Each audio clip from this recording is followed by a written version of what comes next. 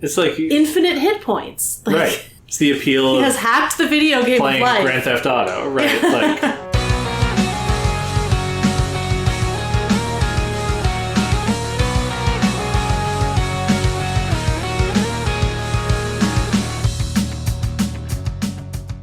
Welcome to Inchworm, the podcast in which we're inching through Worm. I'm Jenny. And I'm Ted. We read Prey 14.1. A new arc.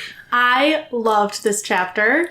Wonderful. The gang was all together. Oh, yes. Having important conversations. And having important breakfast. Yeah. Important breakfast. Yeah. Having accidental cuddles. And also, the book game is the best thing I've ever heard. I love it so much. Yes. Is it your turn to tell us about it? I believe it is. So, yes. Get comfy, listeners, until you also learn about the book game. So we pick up after Taylor has gotten the first restful sleep she's had in some time on Brian's shoulder. He has not slept, but he has been... That's because he doesn't sleep anymore, Ted. I'm just calling it now. To let Taylor drool on his arm. What if he doesn't sleep anymore, but he's, like, not okay? Like, he needs to sleep, but he no longer is able to? Yeah, I mean... This is a summary. I'm so sorry. Yes, I would strongly say that whether or not your evil Brian theory is correct, Brian is not okay. Oh, yes, that is true.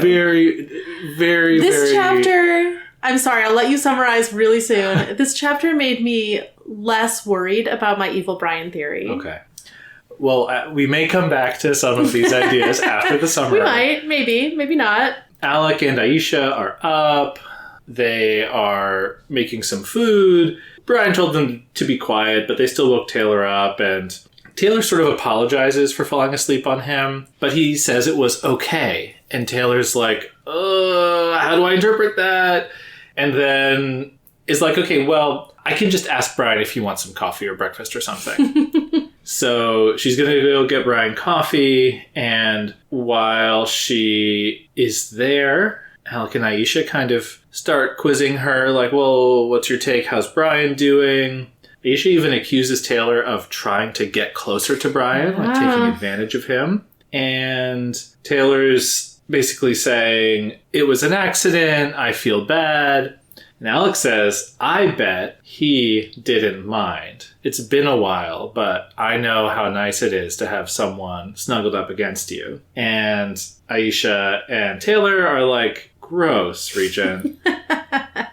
But he does kind of go on and explain his experience in a little more detail. Taylor's unsure of exactly what he's even going for in this conversation, and then is reflecting like, okay, yeah, I'm feeling bad. Brian's clearly extra traumatized. Alec and Aisha are also clearly damaged. They're all kind of damaged people here. And Taylor starts on breakfast.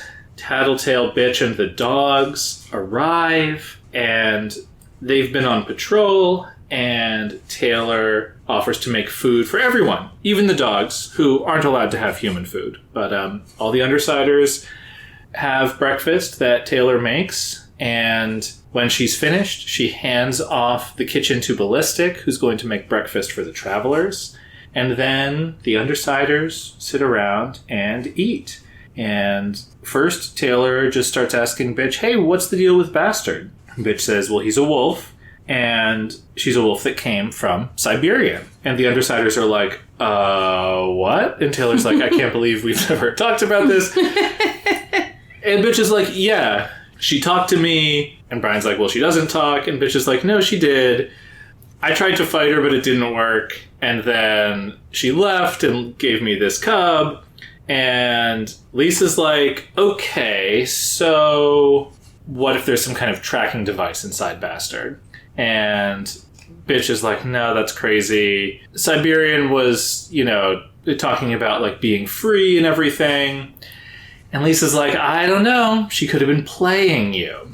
And they're not sure Siberian is, like, smart enough to do that, but Lisa says, I don't know. My instinct is that she's an actor, playing some kind of long con, or, keeping her team in the dark about some stuff. And, the travelers are joining, and Lisa basically proposes your theory from a couple episodes back that the shadowy figure that Brian used to kill Burnscar was Siberian, which means, Siberian maybe has a real vulnerable body, and the Siberian we know and love is a projection of some kind. We love her so much. Bitch doesn't want to consider this possibility because she was able to communicate with her. And Lisa's like, I don't know, just because she could communicate with you doesn't mean that she wasn't trying to trick you. Bitch is starting to get more and more frustrated with Lisa's tack when Taylor jumps in and says, look, bitch, you'd want to know, right? One way or the other, we should find out because you'd want to know if you'd been tricked. And Taylor reasons Cherish would know if this theory has any merit. So Lisa goes to get her phone and set up a conversation with Cherish. While that's happening, Bitch confronts Taylor and says, did you mean what you said last night? You said something about doing for the rest of us what you did for Brian. Taylor's like, oh God, everyone heard that. But Taylor says, I don't know. I've told you this before, but you're my friend. I would risk my life to save you. And Bitch is like, okay, well, you think I'd do the same for you? And Taylor's like, I don't know. I don't care. And she moderates this answer because she is aware that she's talking to Bitch, but that Brian is listening. And she says, life is not fair. Relationships are uneven. There's going to be a power imbalance. Don't try to make it even. Just focus on what you want to do or what you can do. And as Bitch is like, that's just words. Taylor says, I'm going to help you. You can do whatever you want. And unless you really fuck with me, I'm not going to hold anything against you. Lisa comes back, tells us that Cherish is being kept in an overturned boat in the boat graveyard out in the harbor. And she wants the opportunity to talk to the group in exchange for information on Siberian. Just 2 minutes, and then she'll spill the tea. And the Unravelers are kind of like, well, can we trust what she says? She's obviously going to be saying stuff to try to get us to mistrust each other, turn on each other. And Lisa's like, yeah, but I'm getting the vibe that she kind of wants us to say no so that we'll regret it later. And they initially turn her down, but some of the Unravelers are like, maybe we should call back. They're worried about the potential of secrets between the teams or, from each other. And Lisa comes up with this book game. Aisha fetches an old thriller novel from Brian's floor upstairs, and the book is 355 pages long. Lisa says, look, we're all going to pick a page from this book. Tear out a page, and the number will represent how bad your secrets are, right? So, from nothing to hide all the way up to, unforgivable to the point where someone would kill you and everyone else would be okay with it. And then, 150 is about the middle. We'll crumple up all the sheets of paper, then we will look at them and we'll have the set of numbers, and that will allow someone to anonymously say, hey, I've got something to hide that Cherish might, reasonably reveal. Taylor thinks about what her number should be. She's worried about the situation with Coyle and actually thinks about the possibility that she's going to have to fight him directly. She's particularly concerned that the Travelers might object to that. She thinks, honestly, the Undersiders she could get on side. So she picks 160. Then we get a series of numbers that ranges from 26 on the low end all the way up to 325 on the high end. Lisa immediately calls Cherish back, and Trickster's like, wait, we didn't all agree. And Lisa's like, yeah, but, okay, here's my proposal. The Travelers leave, and Cherish just talks to the Undersiders. Lisa's theory is basically, my vibe here is that we as the Undersiders don't really have secrets we need to keep from each other. we might want to keep some stuff from the Travelers, but like that's not what we care about. Yeah. The Travelers want to keep stuff from each other. So let's remove that possibility from the equation, and maybe it'll be okay. And Alec says, well, I had 222, which was the second highest number. And he's like, Lisa, you're right. I just thought the Travelers might not be okay with some of the stuff that I've done, which the Undersiders all know about. Anyway, and the Travelers decide, sure, they leave. Shatterbird's guarding the door, and Cherish gets her 2 minutes. She tries to bargain up to 4, but doesn't get it. And she lays in to Alec, talking about all of the stuff that he got up to when he was back home. The rape, murder, throwing orgies, doing drugs in other people's bodies. We hear about the first person Regent killed in some detail, and Alec doesn't really have any reaction to it all except rolling his eyes. Cherish pivots to try to go after Gru. Lisa prevents Taylor from jumping in to defend him. And Cherish says Bonesaw's alive, has some new hands from Mannequin, and is plotting to do something to Gru that's even worse than what came before, as a matter of pride. Brian doesn't respond, so Cherish turns to Bitch and says, look, you know that Skitter's going to betray you again. She thinks she's so smart, and you're so dumb. And smart people love to make stupid people feel stupid. And Bitch is like, you're manipulating me, and the next time I see you, I'm going to kick you in the mouth. And then Cherish's time is up. She says she's not going to lie to them because she'll feel better if they do deal with Siberian, deal with some of the rest of the 9. And she confirms Siberian has a real body. Siberian's real body is apparently that of a middle-aged man who is unkempt and skinny. And right now, he and the Siberian projection are chasing down one of the candidates. The games continue. It's Siberian's round. She tries to catch you, and if she catches you, she eats you.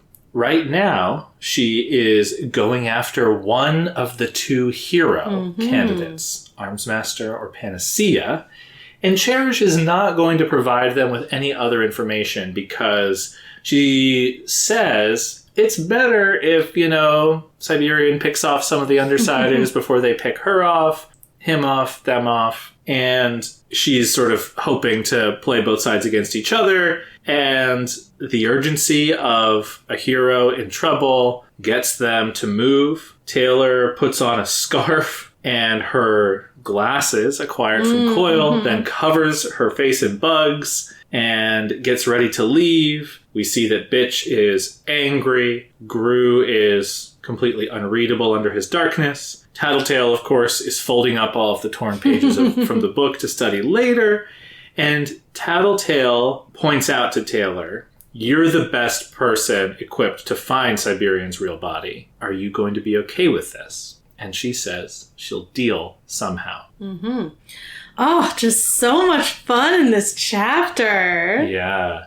It is. I mean, so on the one hand, right, sad that we haven't had the Undersiders together for so many arcs, but it's so lovely when we do get them all here. Yes. And the slow burn of like, we were separated from Taylor and then they had their mission, but then they split up into their territories and there's been all of this tension with Bitch and all of this tension with Brian.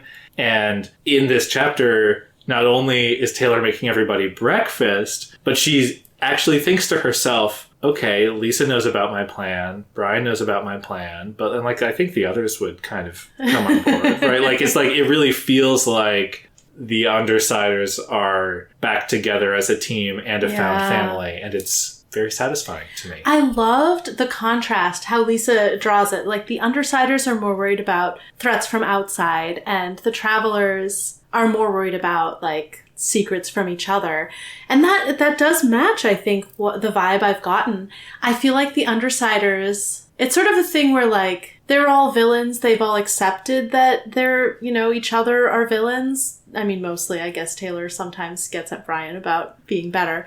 But there's nothing, they all sort of have confidence that, like, we all do bad things together. I'm not worried about people knowing about my bad stuff. But there is this fear of, like, Taylor's worried about the Travelers not being okay with her coil plan. Lisa probably has the same concern. Alec is concerned about the Travelers being creeped out by what he's done. And on the Travelers, I can definitely see they put so much stock in their vows to each other that it almost weakens them a little bit. Just like the fact that if one of them has done something that one of the others would be mad about, that would hurt them as a group so much more than that kind of rift on the Undersiders. It actually, the thing it makes me think of is how certain politicians, there are specific ones I could think of, but I just mean, like, there's a category of politicians who, like, can do all sorts of bad stuff, and, like, that's just what people expect from them, so it's fine. Right. And there are some politicians that a scandal would completely ruin. Yeah. And the Travelers to each other are that second kind of politician, They have to present a certain facade to each other. So I wonder if there'll be any ripple effect. Like, we don't know that the 325 was a Traveler. That's true. I would be surprised if it were an Undersider. It's like, I feel like there are more Travelers where I'm like, yeah, that seems plausible. Yeah, I mean, it was notable. I feel like there was a 26. The numbers were kind of like 120 to like 170, 180. And then there's Alex, which was 222. And then there was the 325. Yeah. Right. So it really is the question to play as a reader is who was on the high end, who was on the low end. And the other ones are, like, basically indistinguishable. Right, like, I'm not sure right. you could learn much about, say, Ballistic or, whoever, if he puts in a 120 or if he puts in a 170, who knows? Yeah. I think that's so right. I also am thinking about how the Undersiders have gone through the huge scandal of Skitter. Yep. Having lied to them, and they have built themselves back together at this point. Right, they're stronger for it in a way. Yeah. And the Travelers, like, the thing keeping them together is that none of them would ever do that. Yeah. I feel like there's a world in which Lisa picks the high number, and she's like, oh, mine is the only high number, so it's fine. That's why she makes the call.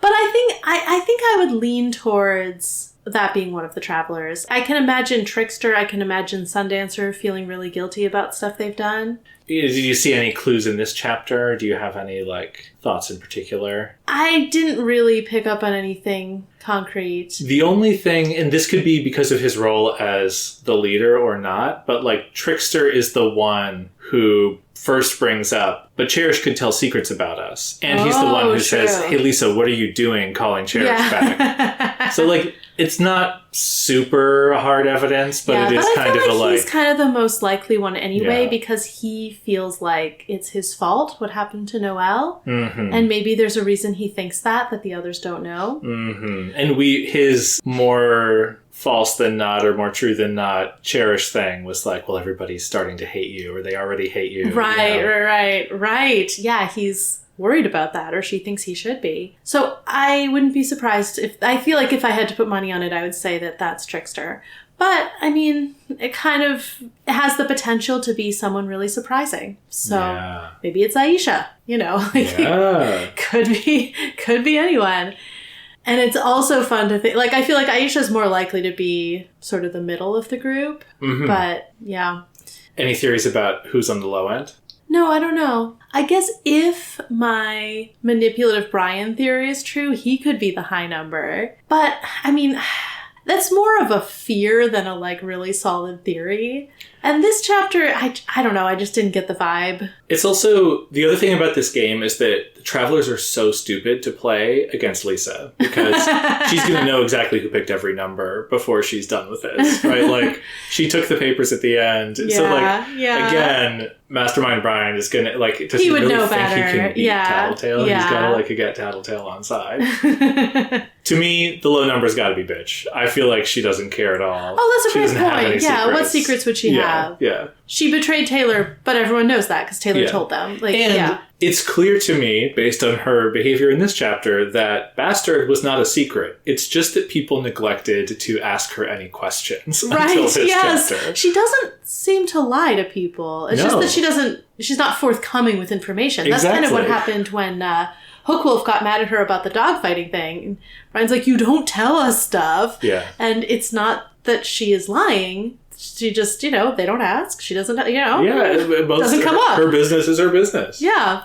That might make me think, like, she might just not want her business shared.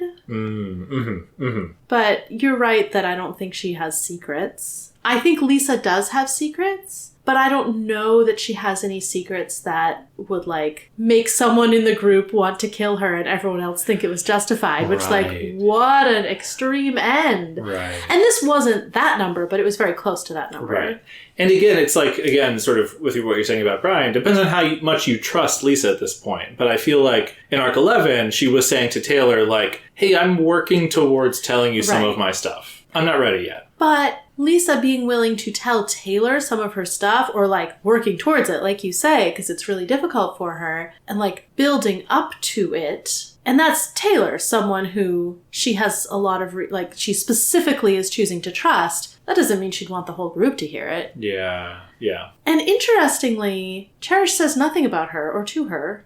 Does she? Yeah. No, she doesn't. Maybe she just runs out of time. I think she does. I feel like she sort of went in order, trying to pick the most fights or settle the most scores, Yeah, I wonder if there's anything about Lisa's power that makes it harder for Cherish to read her. Interesting. I don't know why that would be true, but like Lisa is just so good at putting up a facade. I wonder if Cherish is just afraid of her, because she got totally owned by Tattletale. That's a good point. Yeah. Huh. Yeah, I didn't feel like Cherish's attacks were particularly effective. I guess we could find out that we were wrong. I mean, she sucks. Like, it's so funny. Like, what is her escape plan, right? Like, because at least I have no reason not to trust Tattletale here. And she's like, okay, she wants us to turn her down so that we, like, come back crawling to her later.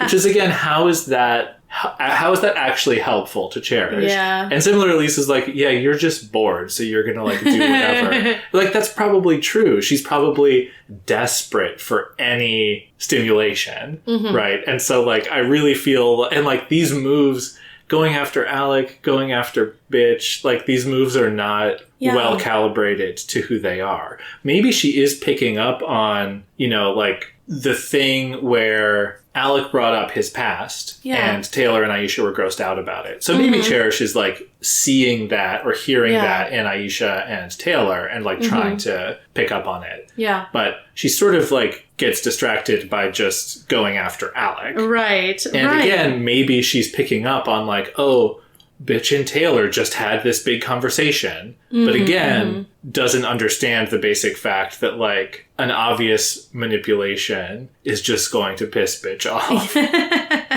Right. Yeah, she has information, but she's not good at playing the game. She's not nearly as good as Tattletale at it. The one thing that I was interested in, though, is that when she starts going after Gru, Taylor balls up her fist, and then Lisa stops Taylor. So I wonder if that would have gone better for Cherish, worse for Taylor, but Lisa kind of, like, saved her a little bit. Oh, interesting. If Cherish was trying to provoke Taylor. And it could be, like, maybe Lisa sees something in the Sumbug dynamic that is dangerous to the group, because she also stopped Taylor from going to comfort Brian right after his second trigger. Yeah. Maybe Lisa's just remembering, oh yeah, Taylor was, like, beating Cherish up and is, like, really easily goaded by Cherish's transparent manipulations. So maybe it's just true. Like, Taylor has a temper and Lisa's like, yeah. Just whatever, she'll move on. It's only 2 minutes. You can suck it up. The interesting thing to me is Cherish lies about Taylor. Like, it is absolutely not true that Taylor is just trying to make Bitch seem stupid. Yeah. Like, that's completely false. Yeah. So, what else did she say that wasn't true? Yeah. I don't know. If she had lied about Alec, would Alec have contradicted her? Or would he have seen that that would not work? Because, like, what she says about Alec is very plausible, and the way he responds seems to validate it. Yeah. Talks about how he made, like, a kid kill his father, and then he killed that kid, like, really viciously and slowly. Yeah. And Alec is like, yeah, well, in the environment I was in, I had to keep you all entertained. Like, that's kind of how it worked. And that feels plausible to me from everything we've heard, seen and heard about Alec's upbringing. And And it is awful. And like Cherish says, like, it is different sort of knowing theoretically versus actually hearing the details. So I'm assuming that that is true. The thing about Bonesaw having hands from Mannequin, there's no real reason that she would lie to them about that. Mm-hmm. Like, she could say, like, she still doesn't have hands, and that would be, like, a damaging lie, saying she does have hands if she doesn't, you know. And the idea that she's going to try to hurt Gru again, not necessarily true. Like, I think that's the only other thing in here that could be, like, plausibly be false. Yeah. If Bonesaw just kind of doesn't care, which I would buy that. Yeah. She did the art. Oh, well, it got dismantled. Like, she would never have taken it apart, but, like, you know, she'd moved on. She has other art to do. Yeah. Like, she doesn't necessarily seem like someone who would be out for revenge, but by making Brian think that she is, Cherish could undermine him. Yeah. Make him more nervous, just kind of throw him off his game. So I think that would be my other candidate for a thing that's a lie. The Siberian stuff, like Cherish says, she doesn't have a reason to lie about it that we know of.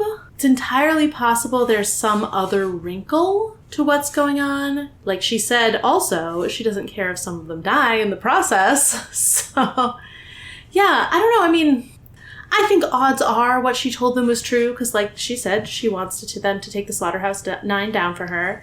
But I'm suspicious. The fact that the one thing we can verify was a lie just makes me think.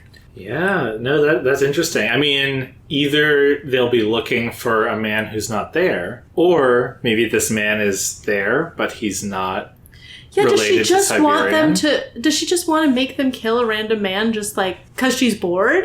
Yeah, I mean, that would be quite the twist. There's a sort of how does Taylor with her bugs verify, even if she finds this guy, right? Right. What would it mean?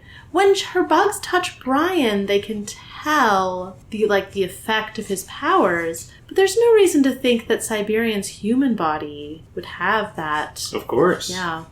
Okay, but can we talk about Siberian's power? Yes. So, first of all, I was almost right. I wasn't bold enough in my guessing. I was like, no, there's no way she'd have a separate human body. How would that be possible? But no, it's true. And I was kind of thinking, like, if she had a human body, like, that would make her so vulnerable. But, of course, as long as it doesn't have to stay super close to her, probably it will be fine. Like, it's not, like, that human body isn't attacking anyone, so no one's attacking it. So there's no reason it would be in any danger. Yeah. Though, I think we know from Jack's interlude that he doesn't know. Do we know that? Right? I mean, Oh, right, because oh, well, no, it was Crawler that he thought when Crawler gets bored, there's no way to control him. Right. And Siberian's the one who's invested in Bonesaw, but he thought of Bonesaw as Siberian's weakness. You're right that he probably would have thought of her actual physical weakness if he'd known it. Right. Because it would be quite the thing to allude to in her presence. And we do know from the bitch interlude that while Siberian may be an actor, the thing that Siberian said about you're the only person who I've spoken to is true. Yes. Right? Yes. And again, so like Jack definitely doesn't know about that. Yeah. That Siberian spoke to bitch. That Siberian can talk. Right. Yeah. What a long con she's playing. I mean, not exactly, she's not swindling them out of anything, but like, what a facade to keep up in front of everyone for years. Like, Siberian was case 01. Yeah. Siberian has been around forever. It really is kind of like, well, what's so special about bitch? It's like, it really is saying something. Maybe Siberian talks to all of her recruits, but mostly they don't make it in. Oh, that's interesting. Because we do know Siberian's a liar, so... Yeah. Yeah, it's just so fascinating that this body is fake, and we saw it. It's so satisfying to have gotten that glimpse of, like, projected black and white Brian, and to realize that is actually Siberian's power. Right, it's exactly how it works. Completely invulnerable, except that it's fake. And she's been carting her actual human body around with her. I mean, I say she, like you said, pronouns are pretty unclear. But this, like, this unkempt, middle-aged human man has been following her from city to city. And I guess when Siberian is projected Obviously, she can see, hear, act on the world, all of that stuff. But are they also aware of the human body while that's happening? Like, presumably. No wonder she doesn't talk. It's like Regent putting in headphones. Like, it would be confusing. It would probably be hard to seem normal and present when you're in two places at once. Yeah, interesting. Yeah. We also got, so the last moment from Bitch is her pissed off, white-knuckled. Yeah. My interpretation of that is learning that Siberian is a phony. Yeah. And sort of Lisa was right, in needling Bitch about, well, why should you trust her? And Bitch being like, she could talk to me, she seemed authentic, all of that stuff she was saying. And, Bitch is feeling very, very hurt by the revelation that Siberian is a fraud in this way. Yeah. I mean, I guess we don't know necessarily, the act, Siberian herself, the projection, is clearly a fraud. We don't know anything about the personality or intentions of the Siberian operator, who he is, what his deal is, right? Is this the person he dreams he could be, right? Does he have some ulterior motive in being this person, in, talking to Bitch this way? It's kind of an open book, but it definitely is enough of a betrayal to have set Rachel off. Yeah. It is sort of a fascinating choice. If you are, forever going to project the same body, it seems like there's choice in what body you project. Brian projected sort of a male, no genitals, basically Brian-shaped figure. And it seems like this guy is projecting someone who looks completely different from him. And was this a choice that he made at the beginning because it seemed expedient? Was this because it seemed cool? Yeah. Was this like you said, is this who he wants to be? Yeah. Wants to be this sort of wild female figure. Yeah, it's a really fascinating gender identity choice. For sure. And I also, with Brian not having a dick, having half an eye, we also know that his power saps some lighter version. So it is also possible that, whatever his projection is might not be quite as literally fully formed or quite as capable as the Siberian projection. Yes. Yeah, definitely. I wonder if it can't confer invulnerability to its surroundings, or if it's just that Brian hadn't quite figured out that he needed to do that when he was running out of the fridge and it crumbled. Yeah. I think, the latter is plausible. So I would love to know more about this guy. Absolutely. I feel like what's going to happen is that they'll get close to him and Siberian will come running back. But will they manage to find and kill him before Siberian gets there? Well, I'm curious what you make of the thing that Lisa serves up to us as the final beat of the chapter. Oh, Taylor, you had sort of asked, how would Taylor find this person? Right, Taylor can find the guys who are middle-aged or older and kind of unkempt and thin, but, how will she know? But also, even if she finds the guy, Lisa's are you ready for this? Right? So it's the question of, Taylor's going to have to be the one. Being ready to kill this guy. Potentially, I guess that is what she's asking. Kill Siberian to stop Siberian. Right. Right. You haven't had to face down killing Siberian before because it was impossible. I'm not sure why Taylor would be the one to kill him. I guess, she's well suited to finding him. And I guess maybe that just makes it easier for her to kill him. That's a good point. Yeah. That's a good point. That's the implication that I got from Lisa being are you ready for this? Why else would it be a question? But maybe it's not, Right, because, the dogs could kill him. I guess they probably wouldn't ask that of Imp. Imp is new enough. It could also just be seeing, we're going to have to do this as quick as possible. And maybe it's you, maybe it's Ballistic, maybe it's Sundancer, but everybody needs to be ready. Yeah. And they need to do it before Siberian gets back and touches that body and confers invulnerability onto it. Exactly. Oh, right. I guess they'll bring the Travelers. There's no reason they wouldn't tell the Travelers about this. So true. Yeah. So true. Is Sundancer ready to just burn everyone in the vicinity? Probably not. What do you think about Siberian's test? Oh, just she hunts you and she eats you. I mean, that's kind of what I assumed That's kind of what we assumed. Yeah. I mean, it's also, now it's again okay, well, Siberian's fake, but this guy who's been in the slaughterhouse night, this is what he wants to do. Yeah. wants to chase people down and eat them alive. Like, it's weird that the projection eats. Like, yeah. I guess why not? But yeah. Yeah, and I mean, it's right, like what kind of perceptual feedback, what kind of sensory feedback does he get from the projection? Yeah. Right. Good question. It is a very particular power fantasy. Like, leaving aside the gender part, just being able to send a different body off into the world to just do anything with no repercussions to you. Yeah. It really, like, I keep thinking of, like, the murder hobo D&D style. Just like, oh, yeah. this fantasy of just like, I can kill anything. I can destroy anything. Yeah. I'm level 20. I can just, demolish anything that comes across my path.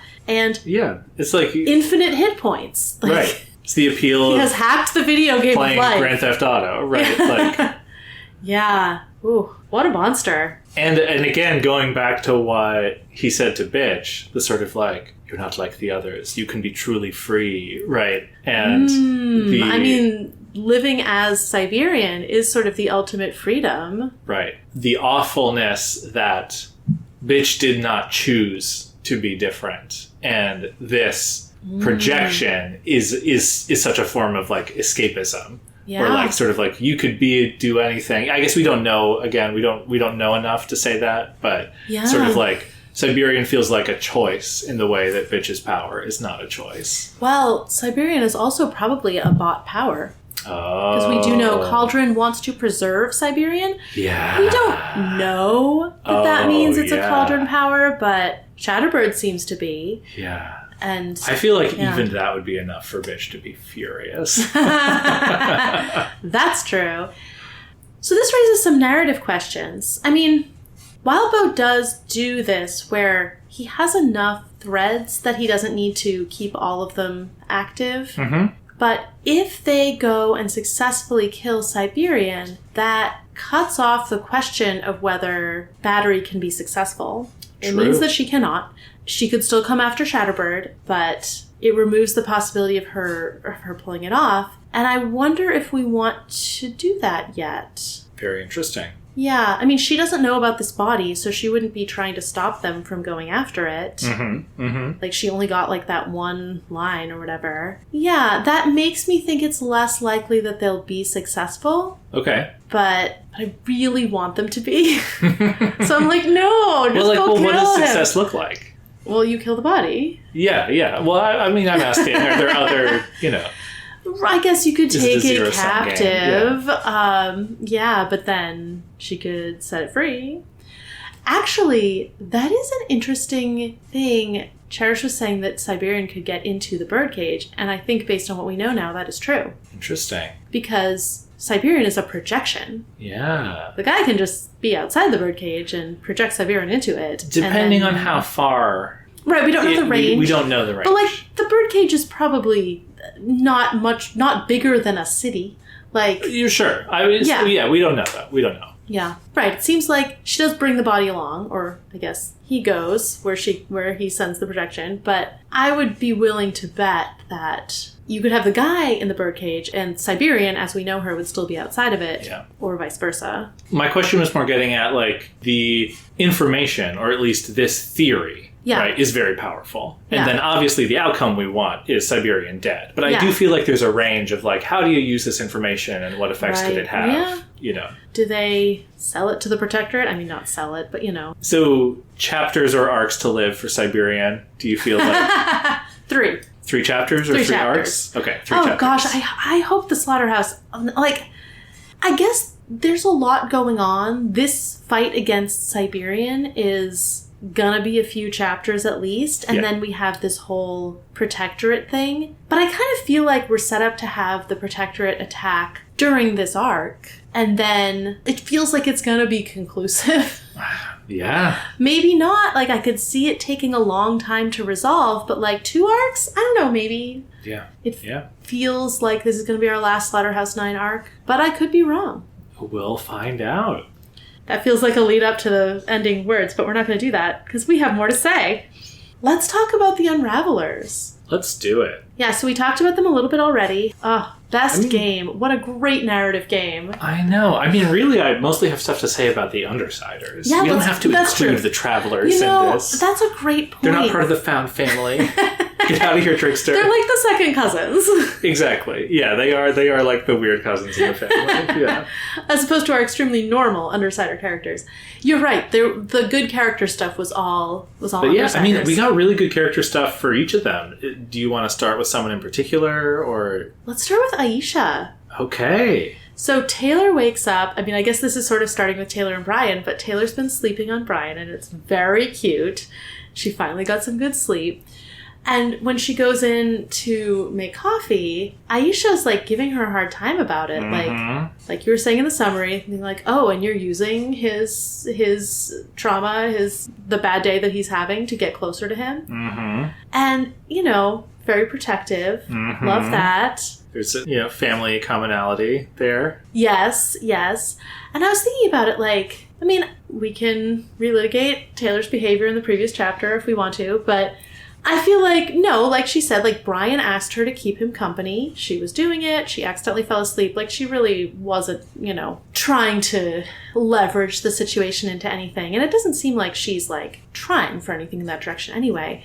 But I was thinking it makes a lot of sense that this is how Aisha would view it, because I don't think she's ever seen a healthy romantic relationship. Mm-hmm. She's only seen these relationships that her mother gets into, which are extremely transactional. Mm-hmm. And as an addict, very likely to have...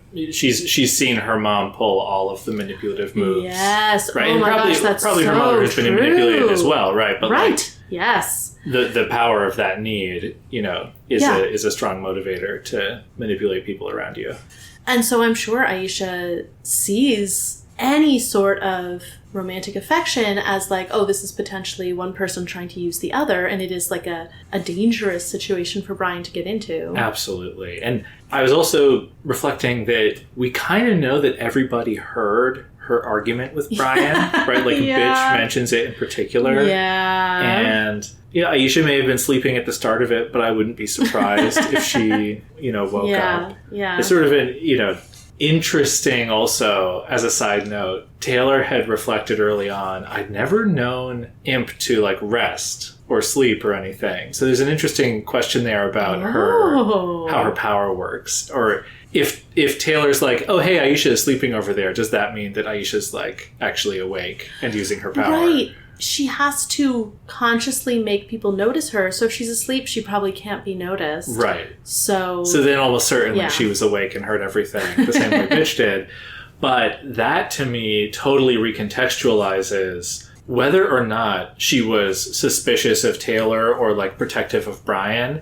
Hearing Taylor play well, maybe I'll leave. I'm so bad. I'm toxic. I'm the worst. That is such classic manipulation behavior in the context of a relationship where you're trying to like avoid taking responsibility for something you've done. Like there's so many reasons why the Sumbug situation in that chapter isn't quite like textbook manipulation, but I totally understand why just hearing, especially you maybe don't hear all of the words, but sort of hearing Taylor blow up and play that card and Brian like accept it and be like, no, come on.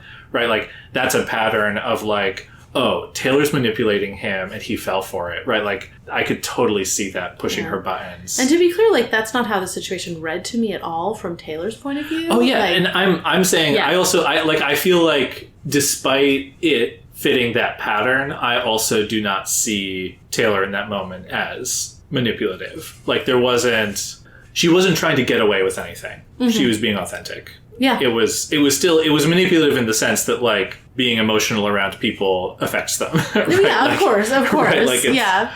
But yeah, so at least that's how I saw it. But I totally understand from Aisha's perspective why that's a red flag. Yeah. Using that kind of rhetorical trick. Yeah. Yeah, and this conversation is funny because you have Aisha and Alec who are so different in their histories, but have both seen... I mean, I say so different. There are also some strong commonalities. They've both seen this kind of really unhealthy relationship, and the kinds they've seen have been incredibly different. Yeah. And the damage they've taken has been different, But they both grew up with neglectful parents, and they both grew up seeing really unhealthy romantic patterns. And it's really funny, the like very different way that they take it in this conversation, because Aisha is sort of like viewing it as a way that maybe Taylor is trying to hurt her brother or like take advantage of him. And Alec's like, yeah, but I'm sure he liked it. It's nice sleeping next to people. Yeah. I'm like, what a fascinating takeaway from his childhood. I think you could read it as, learned or felt sort of like toxic masculinity view of women, the sort of like anyone you sleep with, any action you get is like a notch on your belt, kind of like, of course you would want to festoon yourself with the bodies of women, like that kind of thing. But I also think there's an interesting read here to me in the way that he sequences out what he's saying. Because Taylor's like, is he trying to be supportive? Right? Like there's something about like why is he saying this in this moment that I think is a really interesting question. But, he again has no affect, but he says, I'm speaking from experience. Having someone cuddled up beside you, even if it's a little bit of the pain in the ass, having that body contact isn't so bad, especially when you've had a bad day. Earlier he says, Cape groupies, my dad's girls, people I used my powers on toward the end. Yeah. The sequence of that makes me think that he was having this physical closeness with people before he triggered. Yeah. And I was thinking about the nature of his trigger event and whether he maybe could have had feelings, not even necessarily romantic feelings, but sort of like genuine, intimate feelings of connection and closeness to some of these people and triggered due to that being taken away from him or being proven to be fake or something, or like, even if it was like reciprocated, then whoever this other person, whether it was like sort of a peer or maybe even a mother figure, was like taken from him. And then being in the state of emotional deprivation and like going back using his power to try and recreate it. We don't know anything about Regent's trigger event, but I felt like there might be something here if some of the feelings, if this was maybe a feeling that he had that he really cherished that was like taken from him by his trigger event. Oh yeah, fascinating. I think regardless of whether it was involved in his trigger event, like the way that I read this passage, like there's definitely a creepy undercurrent that's like there. Like I feel like with Regent, it's a lot of like many things can be true at once. But what I took away from it didn't feel like a notch in my bedpost type of situation. Like, especially because he's talking about, like, my dad's girls, like, sleeping next to him. Like, and he was very young. There's no reason to think that they were, like, sleeping with him in a sexual sense when he was, like, 10 or whatever. I do think at first he's drawling, right? He says, bet you $1,000 he didn't mind, right? Like, which feels a little bit more playing into that. Yes. But then he does change his tone to more flat, but like, you could read that as more sincere. Yeah. It sounds like it was, like, everything he's talking about is just like, physical affection is really nice. Yeah. And just like cuddling up with someone, he probably didn't get a lot of affection, and like sleeping in the same bed as people was giving him something that he really needed is kind of how I interpret it. And it also is notable that it's not something he has now. And I don't know if his current thralls are people he sleeps in the same bed with. Like, we don't really know anything about the situation there. But he has been more alone the past year plus than he ever was when he was up with Heartbreaker, physically, in terms of physical touch. Yeah. Though now he has people he cares about, which is new and different. Yeah. So it's a little bit of a seesaw there. I'm also wondering, right, his emotional state, because of his power, kind of deadens his emotions.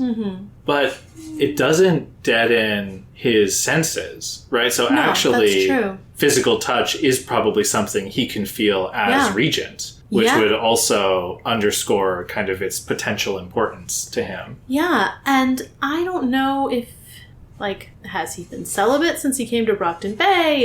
Has he had physical like romantic sexual contact with any, like, we don't really know any of that, but like I wonder if he just really misses it. Yeah. Maybe that's why he's bringing it up. Yeah.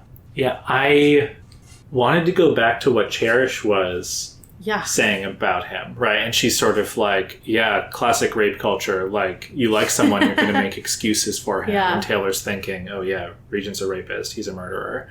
And I do want to be very clear that whatever the like details of the sexual encounters Regent has had, there is no way that like consent can be given in any of these situations, right? So like, I'm very comfortable saying like Regent is a rapist. He's raped people. What Cherish implies by bringing up rape culture, and Alec doesn't really defend himself from, is like when you hear Alec is a rapist, you just want to write him off. And everything that we've learned is sort of like, oh, well, he was a child. Superpowers are involved. Like, there's nuance here. And again, not to retreat from the literal truth of him being a rapist, but like that statement and that label like does a lot of work. And yet we have not, in the same level of detail that we got the like Regent stabbing forks into someone, you know, we don't really know the details about like what's happened true. in his sexual It's past. funny, she says like, it's different when you hear the details, and then she doesn't actually share them. Right. So again, I would hate for anyone to take this as a like, well, you're letting Alec off easy. Mm-hmm. But I do think it is notable that we get the play-by-play on the murder and we don't get the play-by-play on the rape. And yet Taylor's still thinking murderer, rapist. And those are really powerful labels that like have that strong, strong effect of pushing you away from a character. It's funny because what Cherish says that, you know, when you know someone, you kind of soften those things in your mind. It feels like such a funny, like, almost lampshading of the narrative effect of he's on our side. Mm-hmm. Like, he's on our side in the story. And this is something I've said about him before. Like, it's hard to hate him for it on, like, an emotional level because he's not doing it to any characters we care about. He's not turning, like, the parts of him that are evil, the things he does and has done that are evil, none of them are opposed to our main character. Like, none of them are being done to our main character. Like, he's on her side. And I feel like Cherish is almost calling us out for being willing to overlook the stuff that he's done because 100%. He's on Taylor's side. 100%. 100%. I did have a thought while you were talking, just as a tangent. You were like, obviously this could never be consensual. And then I immediately am like, how could this be consensual? And I do think, this is more fanfiction territory, I think for possibly a different character with this power, there could be some really interesting consensual non-consent, like, potential for this power, where you, like, negotiate it beforehand. You set up, like, some kind of safe word that's probably, like, your, you know, some reaction that the person will still be able to make while under Alec's control. And then I'm sure there are people who would want that experience consensually. I guess there's no reason to give Regent and his family the benefit of the doubt. No. Here, right? Yeah. I'm not saying it couldn't be possible, right? Right. Yeah. But given everything, you know, there are rape victims in Regent's past. Oh yeah. Right. Definitely. Like whatever happened. He's not denying that. The text isn't denying that. Yeah. I do think it's interesting, and this goes back to a conversation we had in the Regent interlude. He says, like, you know, Cape groupies, my father's girls, or whatever, like, people I use my power on. It does seem like he was sleeping with men, with boys. Like, It doesn't seem like he only sleeps with girls. Yeah. So that lends more credence to our bisexual Regent. Oh, yeah, no, theory. Yeah. Because, right, that, I'd forgotten that discussion, but yeah, that makes sense. Yeah, I struggle. I mean, like, it's interesting. On the reread, it's been so fun to get to analyze Regent's character, knowing sort of more about him, not being just kind of, like, swept up along with it. I still have my initial ick from the Regent interlude, you know, was still with me, right? Like, in this chapter, I imagine I would have been like, oh my God, this is so awful. Like, Taylor, I am a lot more like, Taylor, you are a bad person for continuing to associate with this guy. So, like, it is interesting to try and think through it on a more analytical level, but, like, yeah, I did just, the first time through, I was definitely in that camp of like, this guy's irredeemable and bad. And to me, like, there's a loaded gun of like, Taylor doesn't know what he did in her name to Sophia. Yeah, that's so true. Which is a real... That's something Cherish could have said, but... Interesting, Probably she doesn't really know, because she picks up on people's emotions. She knows what Alec did because she was there. Right. But she doesn't pick up, like, she's not Lisa. She's not a mind reader. Right. She doesn't pick up on those specifics, and he's probably not having emotions about it right now, so why would she know? Yeah, and no, that's actually a great point. Yeah. That's a great point. Just some other quick Alec thoughts. I thought it was notable, right? Aisha is disgusted with him, but we also see him using his power on her later in the chapter. So there's a little bit of like, as grossed out as Aisha is about this part of his past, it's not like, ew, stay away from me, like, don't touch me. Wait, he's using his power on Aisha in this chapter? He's making her fingers twitch. Oh, I didn't know. I must have not read that. It was like one of the background details. Okay, yeah, right. Yeah. So there is kind of like, we're accepting him.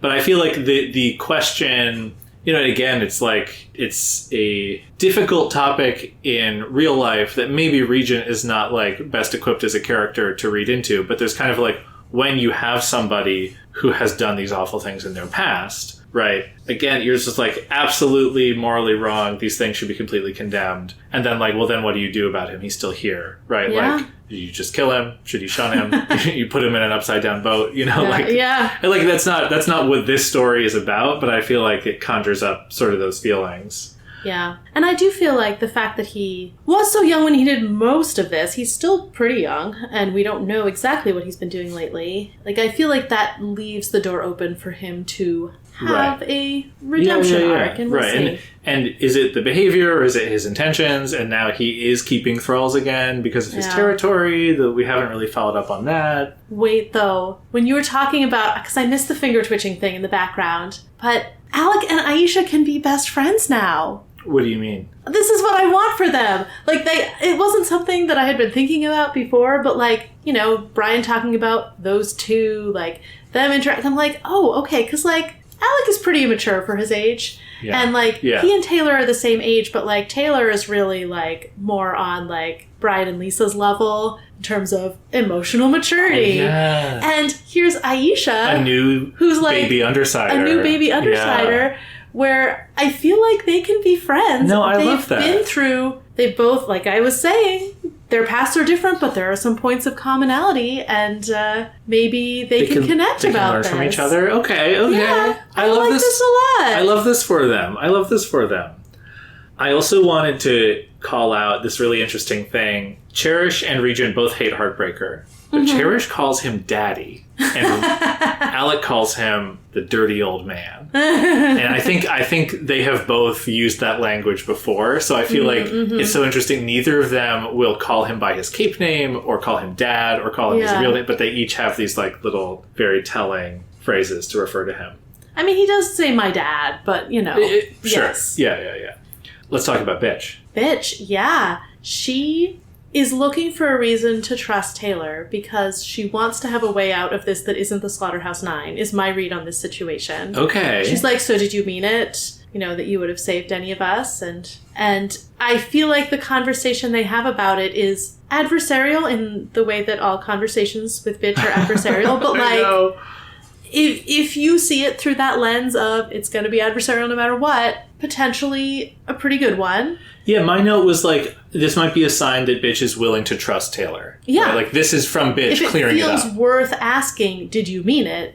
That means she thinks there's a chance that she meant it, and that she is willing to maybe take Taylor's word for it. I was also thinking about how, like, Bitch getting to hear Taylor say that when she's not in the room removes that threat of, like, is she trying to manipulate me? Yeah. So she's just been able to think about it for a while, and like, okay, well, I wasn't there. Perfect. She was saying it to Brian, right? And she said, I think she said, like, Lisa, Rachel, or Bitch, I forget which one she said, and even Alec. I know. So, she forgot about him again. But, yeah, that, like, Alec was the one that was like, and even Alec, that wasn't Bitch, who was in that position.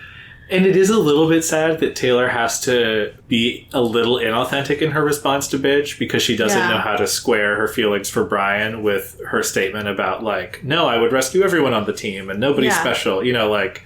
Yeah. But, you know, so it goes. I love Bitch so much when, like, again, Taylor says a bunch of stuff and Bitch is like, words. And then Cherish says a bunch of stuff and she's like, don't manipulate me, I will kill you. I will punch you in the face.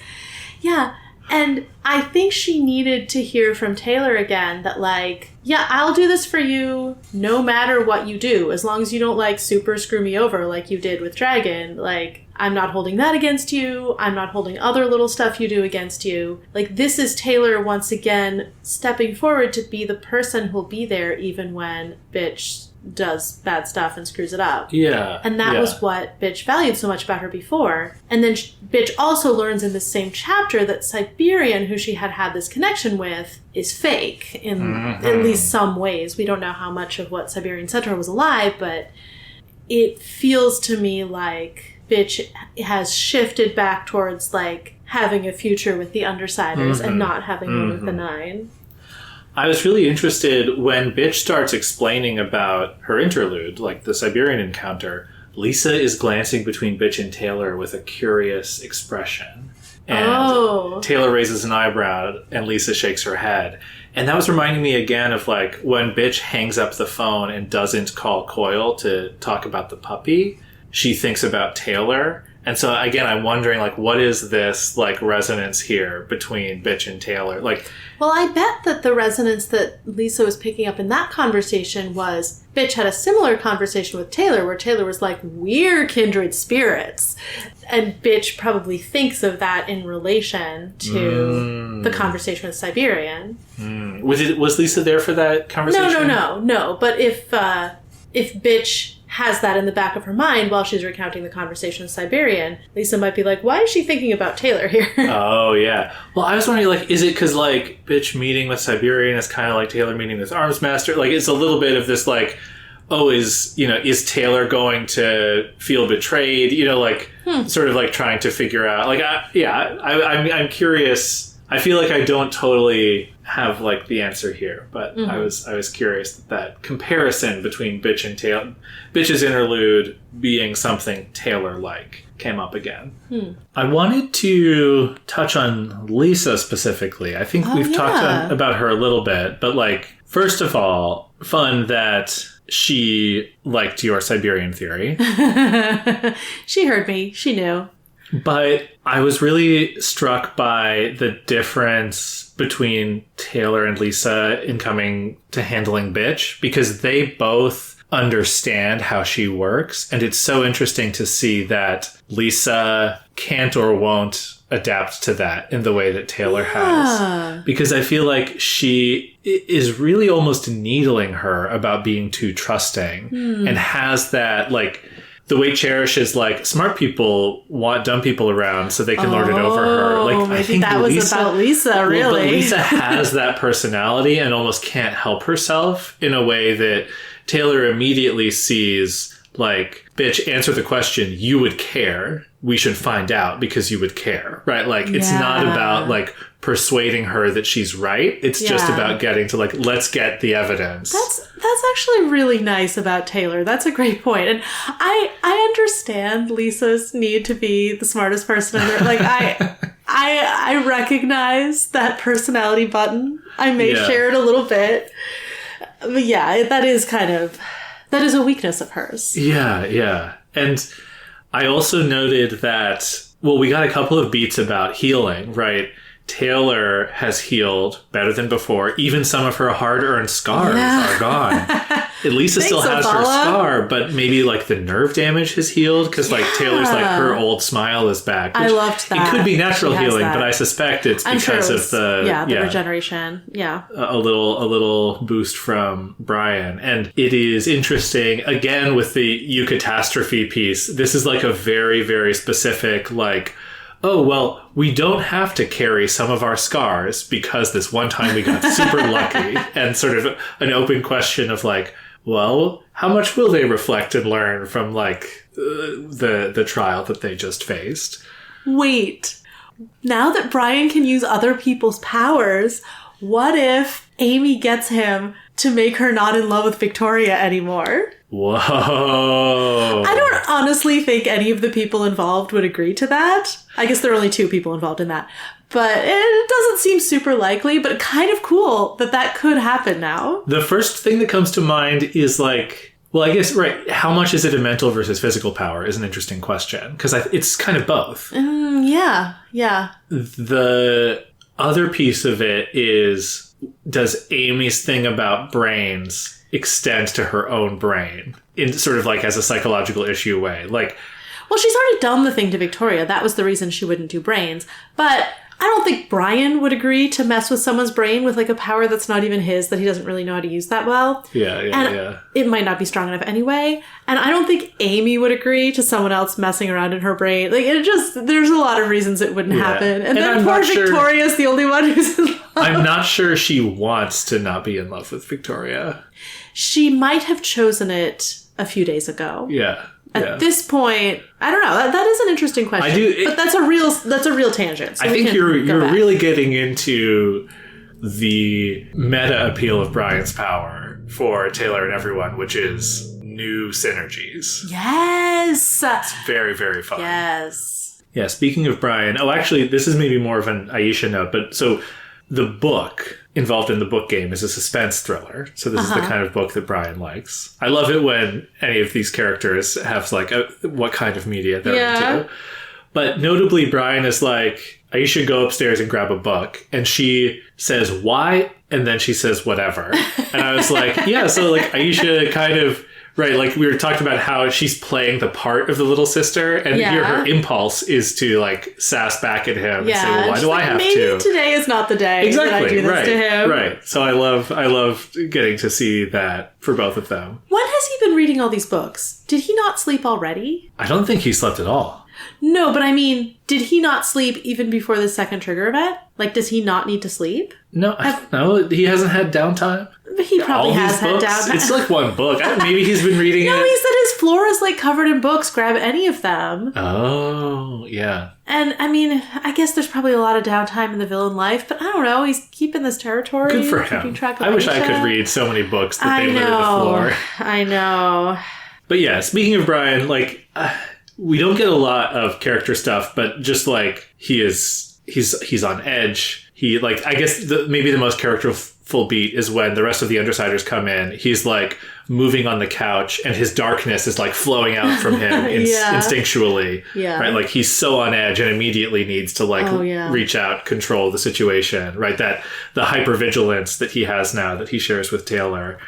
I hope he doesn't need to sleep anymore, because if he does and he just didn't sleep all night after that event, like, he's in even rougher shape. I mean, yeah, he did look tired. Not just like someone who had spent the night sitting upright, but like someone who had just finished a swim from one edge of the bay to the other. Like, poor tired guy. And damp. Yeah. Yeah, I mean, I'm feeling bad for Brian, and I feel like the sumbug element of this chapter is also very palpable. Just like Taylor doesn't know how to deal with like a teen crush in the midst of all of this other stuff.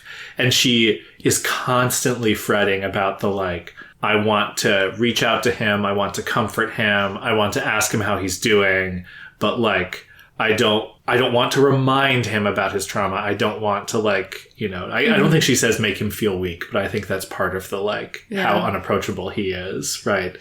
It's also one of those things where you're like, do you think he's not thinking about yesterday? It's not like this is like a year later and you're like, oh, don't remind him of that terrible thing that happened. Like, I'm sure he's thinking about it all the time. Yeah. But like, yeah, it's just like, it's so, again, like lifting it out of the plot of what's going on. It's just like so relatable. Mm-hmm. I'm also a little bit like, oh yeah, Taylor's overanalyzing stuff and like clearly is traumatized. And I'm like, but I also kind of do that. It's like, if I didn't already know that I have anxiety, right? Like getting it Taylor's head in this way would be quite revealing. Yeah. I also just wanted to call out Brian for saying, I didn't mind when you slept on me. It was okay. ... Okay. And Taylor says, how was I supposed to interpret that? Or did he intend for it to be vague and non-committal? Like, Brian also sucks at this. Yeah. He's also overthinking everything. It was okay when you slept. Like, what is that, Brian? Yeah, I think maybe a couple more things about Taylor. Right. I loved when she's like, she's waking up and feeling out of it. And she's like, I'm like a young child that was being forced to stand in a corner, feeling as low as she ever had, her stomach full with the entire birthday cake she'd just devoured. And I hope that this is a real thing that happens to her. I love this as like a core memory for baby Taylor. I think this is also like a hyperbole and a half story. Like this happened to Allie. Yes. No, it's so good. It's so good. I was also thinking a little bit the middle ground that she finds when she's talking to Bitch, but Brian is listening.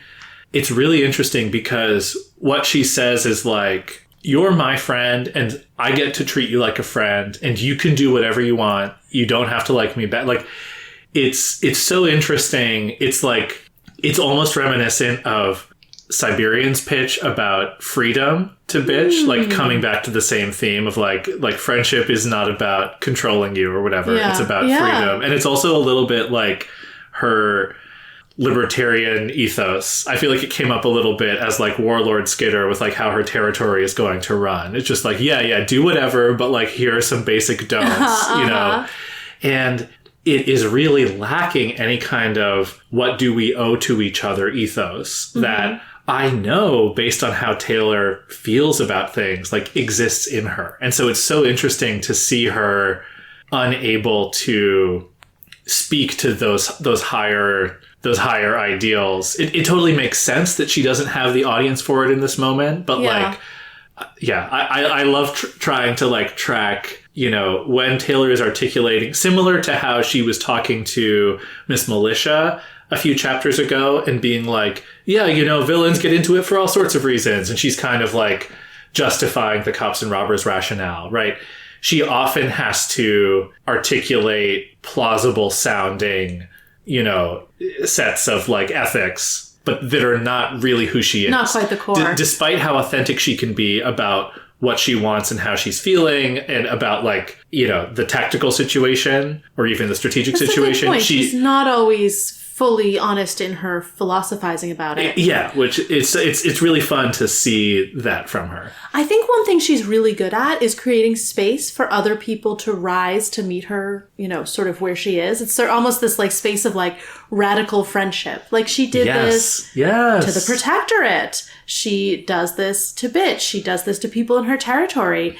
And it's, you know, people don't necessarily trust that overture because she is not doing it in response to something from them. Like, it is dangerous for her to do this and put this out there. But that is one of the things that I think makes her an effective hero, not in terms of the social role, but just in terms of what it means to be a hero. Yeah, I agree. Yeah. I love that. Radical friendship. Radical found family. Yeah.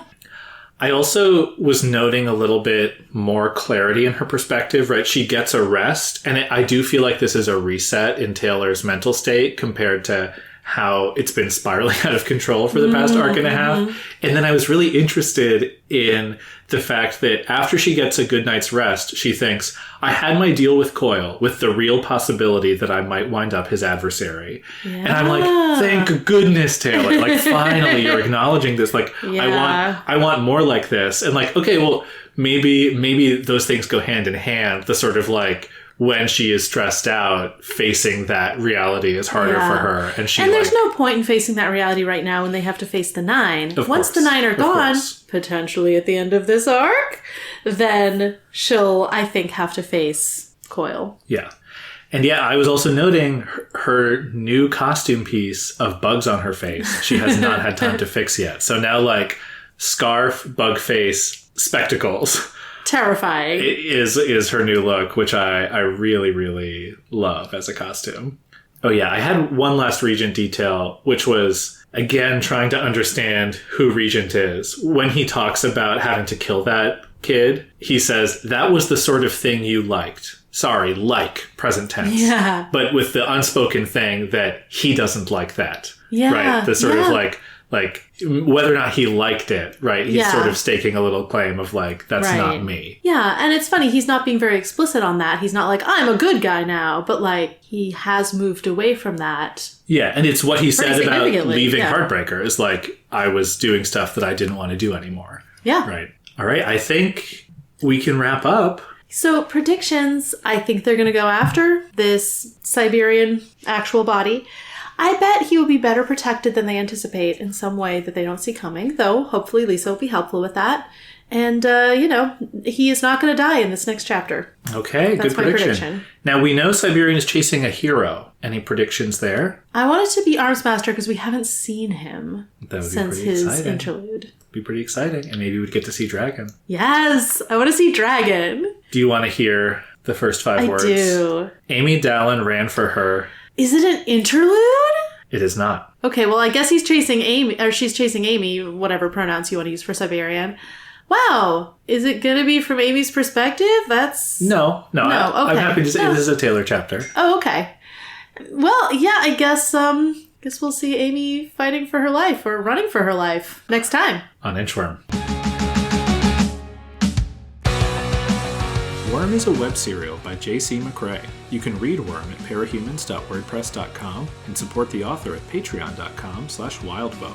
Follow us on Tumblr and Blue Sky at Inchworm Podcast, or find our Discord link and any other updates on inchwormpodcast.com.